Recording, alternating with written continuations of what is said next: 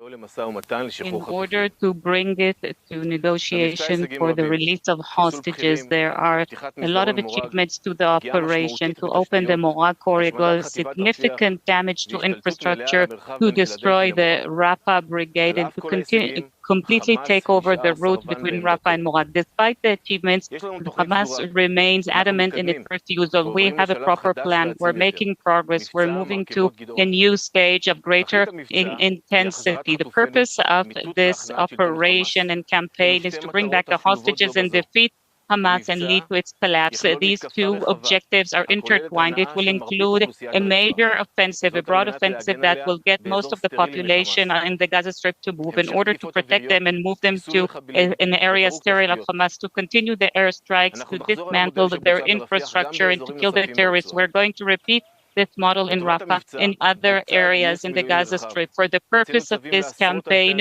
we've called up many reservists. Tens of thousands have been called up, and that was done after an accurate analysis of the needs and out of the great understanding of how overloaded our people are. We were trying to create some certainty for the reservists and adapt to their needs of their families. They are the main support of the IDF. We cherish their contribution and we appreciate it. We will continue to embrace them.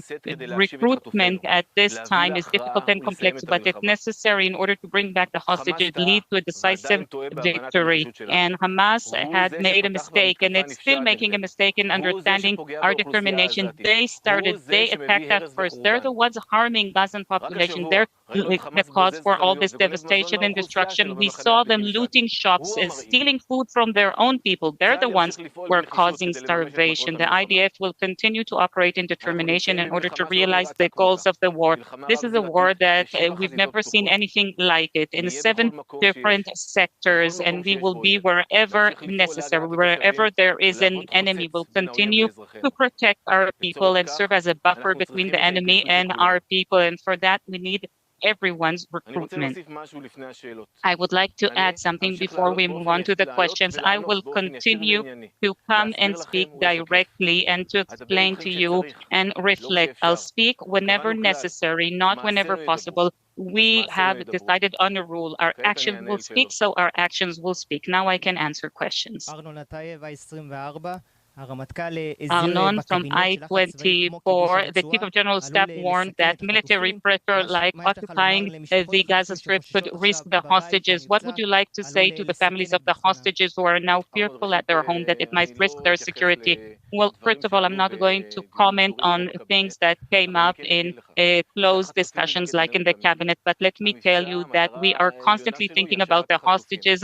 The most important purpose of this campaign is to release the hostages and then the defeat of Hamas and its dismantling. But first and foremost, to bring back the hostages, we're constantly thinking about them, from the commander of the southern sector and all other major generals. We're thinking about them. Roni from Ynet, the call-ups haven't been sent to everyone. Is the IDF doing everything it can in order to recruit the Haredi, the ultra-Orthodox population? Look, we have enough Orbat in the IDF in order to carry out the missions in this campaign. We are taking action to recruit everyone. We're sending the conscription notifications to all young men from 16 and a half in the state of Israel, and will continue to call up and conscript everyone, the ultra-Orthodox as well. We are preparing and gearing up for that.